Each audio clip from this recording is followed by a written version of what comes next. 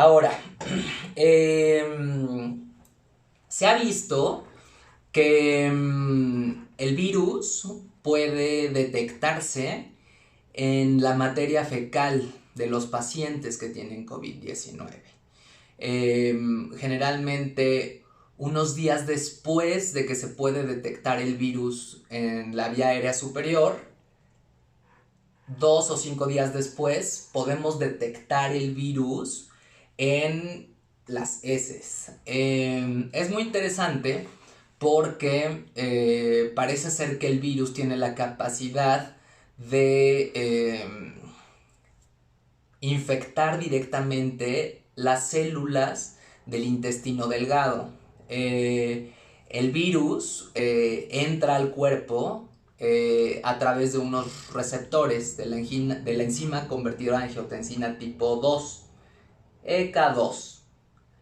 Estos receptores se encuentran en el pulmón, que es cuando el virus entra por vía respiratoria, en un tipo de células, y también se encuentra en el esófago, en el intestino delgado y en el colon. Entonces, es posible que el virus infecte el tracto gastrointestinal como otros virus lo hacen. El virus es muy parecido al virus del SARS, que fue este virus que se produjo a principios de los años 2000. Y ese virus ya se había estudiado y se había visto que tenía la capacidad de producir una transmisión a través de las heces. Es de actual interés porque ya se ha visto que este mecanismo de transmisión es viable. Entonces, todo esto se aterriza a que es importante tener mucho cuidado con el manejo de las excretas, de las heces, de un paciente que tiene sospecha de COVID o que tiene un caso confirmado de COVID. ¿Por qué? Porque la evacuación, la popó puede estar infectada con el virus y ese puede ser un mecanismo de transmisión.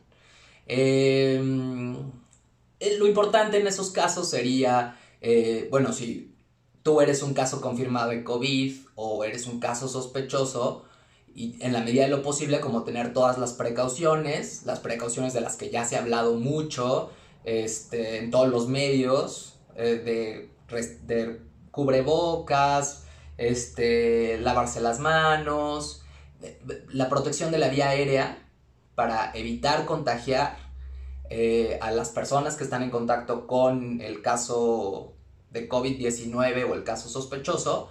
Pero otra cosa muy importante es el manejo de las excretas. La recomendación o lo que podríamos hacer para evitar contagiar a los medios, a la gente que vive con nosotros, a la gente que está en contacto con nosotros dentro de la casa, sería de preferencia utilizar un baño para el paciente que tiene COVID, que ese baño no lo use nadie más.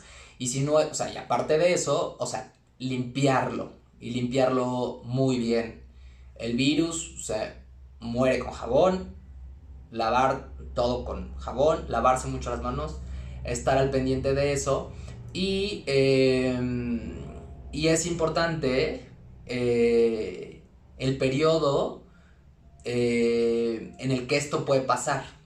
Hay estudios donde se ha visto que hasta un mes después del inicio de los síntomas se pueden encontrar virus en las excretas de los pacientes. Y eso, bueno, la recomendación cambia de país a país. Ahorita hay algunos países donde hacen una prueba de PCR para poder dar de alta al paciente o incluso piden 2 pruebas de PCR para estar negativas y eso es un poco variable. La recomendación sería tener en cuenta que el virus se puede transmitir de otra forma distinta, puede ser la forma fecal oral, y tener en cuenta que las manifestaciones gastrointestinales pueden ser manifestaciones de COVID-19. Este, Eso es como lo más importante, y quizás también tener muy en cuenta que COVID-19 no es una gripe cualquiera. Eh, Hay mucho que hablar de COVID-19, este, pero en resumen, eh, la mortalidad es mucho más grande que la de una gripe cualquiera. Si la comparamos con influenza, la mortalidad debe ser de por lo menos 10 veces más que la influenza estacional, entonces pues sí, sí es algo importante. Y la contagiosidad. Otra cosa que me parece muy importante tener en cuenta es el momento en el cual acudir a buscar atención. Si bien la recomendación general es quedarte en casa si tienes síntomas, hay que estar muy al pendiente de la evolución de los pacientes en casa.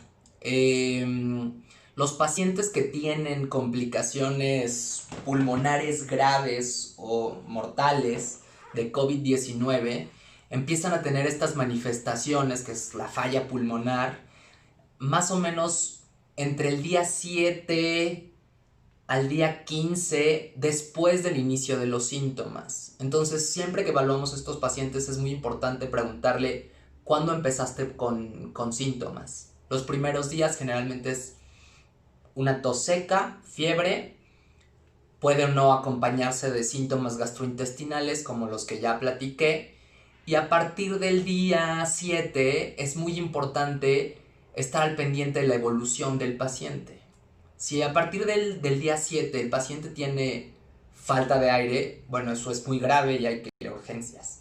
Si después del día 7 la tendencia es a la mejoría, lo más probable es que el caso se autolimite, como pasa en la mayor parte de los pacientes, y no sea necesario hacer más nada. Pero si ha pasado una semana y después de una semana tú continúas con síntomas y empeoran los síntomas, la recomendación sí es pues pedir ir y buscar atención médica a un centro hospitalario que esté viendo pacientes con COVID-19. Y bueno, hasta aquí este video de las manifestaciones gastrointestinales de COVID-19.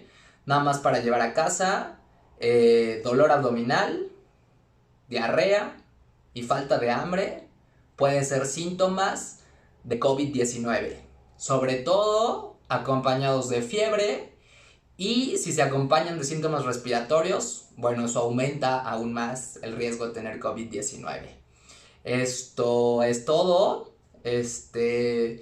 Síganme, están ahí mis redes sociales. Tenemos consulta en línea por aquello de el miedo de ir a los hospitales.